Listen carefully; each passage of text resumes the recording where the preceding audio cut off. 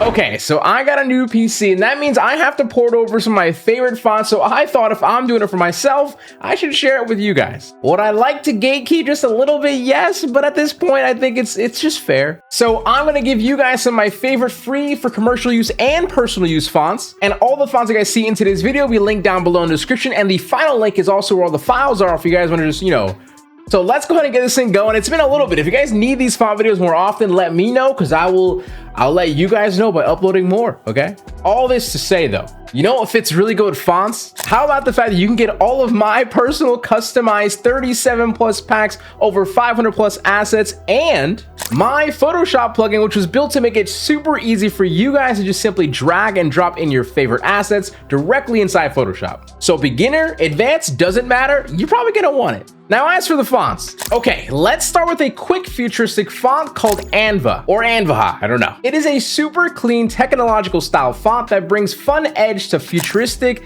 AI, space, or even like gaming related brands. It's great for heading in large text to instantly ground the product to like a futuristic vibe. Like all the fonts again in today's video, it's also free for commercial and personal use. And I'm 99% sure that I'm gonna use this for like a company logo pitch in the next week.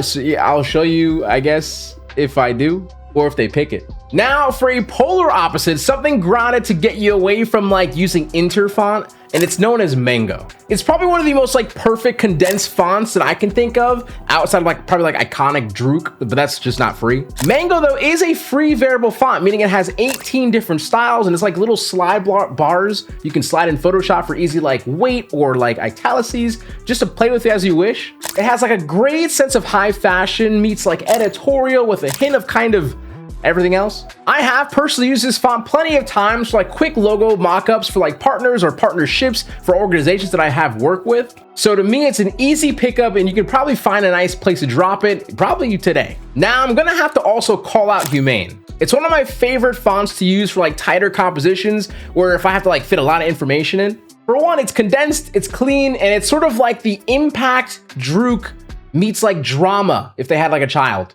And it's got 7 weights and styles, and it's completely free.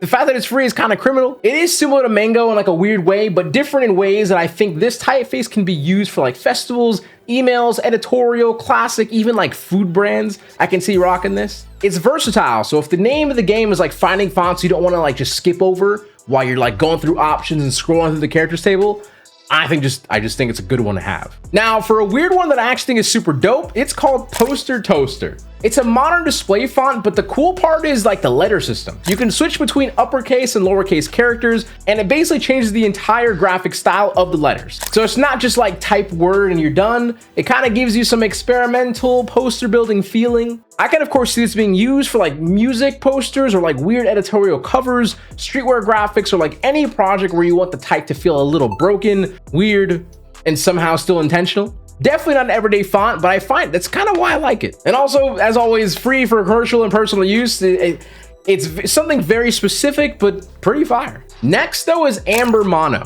And honestly, this is one of those fonts that feels like it has way more usability than it actually looks at first. It's a geometric monospace font that has 3 different weights, light, regular, and bold. So you definitely have enough range without it feel like a giant overwhelming font family.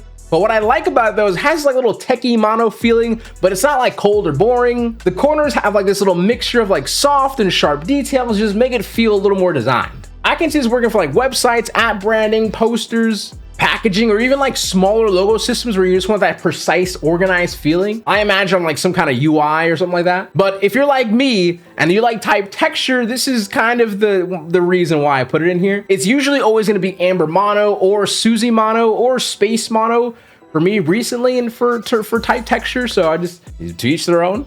But up next is Dirty Line. And this one is just like straight cool display font. It came from this like 36 days of type project. So it has that feeling where like every letter has its own personality, but it still works together as like a real typeface. It's kind of like Art Deco, kind of experimental fashion poster, but readable enough where it doesn't feel like you're just fighting the font. So it's a W for me. And I feel like though, if I'm gonna mention Poster Toaster, Dirty Line just has to come too, okay? Pause. Whoa.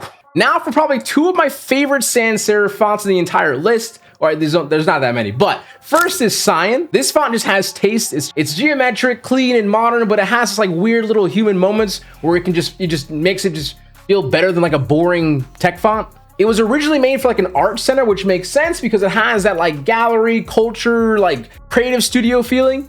Obviously, you can use it for like branding or just like editorial layouts, or honestly any project where you want like a sans serif that feels clean but still has some personality. And it's open source, so it's free, okay? But right after that, I'm gonna have to mention Fivo Sans. This is like a little more loud. It has like this clean Swiss typography base, but it has these massive ink traps that make it feel way more graphic. And also when it's like super small, it's easy to read. It's one of those sans font that instantly makes a headline feel designed even before you even do anything. And with this 5 weights, I can just use this for posters, logo types, a lot of logos to be honest. I'm not gonna lie. Streetwear graphics, or just any title where you just want any big heavy letters with a modern edge. So I wouldn't sleep on this one. It was one of my favorite of all time, personally. I picked this over Helvetica, can't lie. But with that, that is the end of the video that we have here today. So naturally, do not forget all the fonts you guys see in today's video will be in the description down below for you guys to download. Also check out the last link if you guys just want to download all of them. And don't skip over the first link, which is probably the one thing you're gonna want to make sure you get. But in all seriously, if you guys ever want me to do more font videos, just let me know.